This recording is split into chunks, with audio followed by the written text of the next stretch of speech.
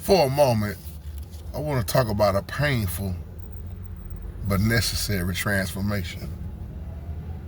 Painful but necessary transformation. Y'all know oftentimes I like to come on here because I love talking about animals and birds like the eagle. And I don't know how true this is because it's always an argument. Just like I told y'all, you know how the female eagle catches her mate and they mate for life. But as the eagles get older and older, there comes a time in their life where they have to make a serious decision. Because after a while, they beak get old, they lose a little strength, their talons is not as sharp, which means they can't hardly hunt like they want, survive like they want, catch their food like they want. Even their feathers get old and need to be plucked out. So there come a time in an eagle's life where they got to make a decision. I'm either going to go through this painful process, this painful but necessary transformation, because I'm either going to die right now or I'm going to go through this painful process so I can live another 30 or 40 years. It's a process where the eagle flies up to the high mountain, gets a rock. They'll find a rock and they'll start breaking their beak against the rock. They'll start plucking out their old feathers. They'll look at their talons. Everything need to be sharp or plucked out. And that eagle mindset is, now I need to be renewed. A rebirth. My feathers ain't the same. My beak is not the same. My flying ability is not the same. Y'all know where I'm going with this. My question to you is, if you haven't done it, are you willing to go through the painful but necessary transformation? Because see, you're going to lose some friends along the way.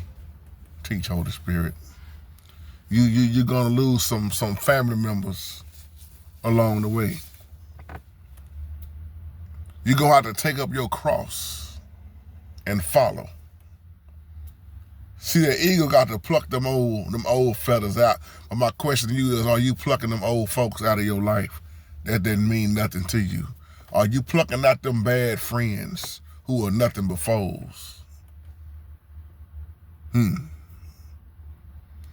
Have you cracked against the rock? Are you willing to go through the painful transformation of to save my life, I must lose it? Are you willing to go through the process to be born again? Because once again, an eagle got to make a decision. I'm either going to go through this process or I'm going to die. And see, with us as human beings, realize a lot of us are spiritually dead. We don't even want to go through the process. We'd rather already be spiritually dead, then turn around and gonna wind up physically dead. And won't make it to heaven because not born again. See, I made up my mind a while back that I want to go through this painful but necessary transformation. Some people say, well, JT, it ain't all that painful, man. It's not that bad. Speak for yourself.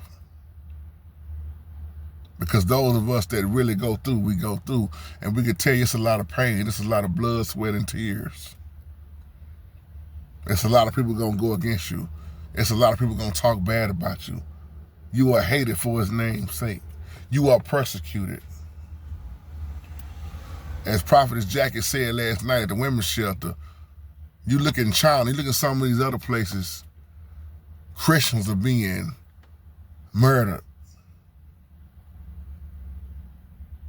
left and right. Your face got to be ID for everything. Get caught with a Bible, see what happened. Are you willing to be like, what did we just talk about in Revelation as I close?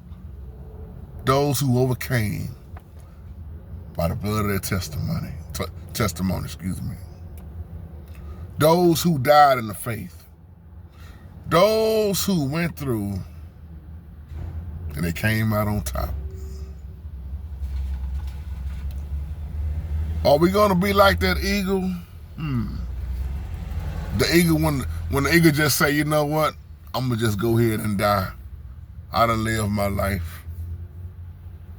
God know my heart. I'm too old. I ain't trying to go bang my beak up against no rock.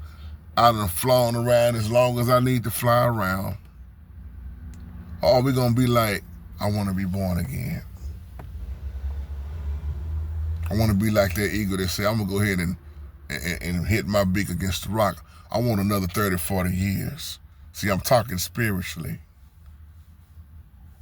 If you walking around without the Holy Spirit, you are already dead spiritually. Don't be like let me talk to some of you pastors right quick. Don't be like the dead church in Revelations. Thou have a name, but thou art dead. I believe that was Sardis, the dead church. How many of y'all are part of a dead church? A spiritually dead pastor? A dead congregation? Dead everything, but our building look good, but the Holy Spirit is nowhere to be found. I leave you on that. We're going to fly or die.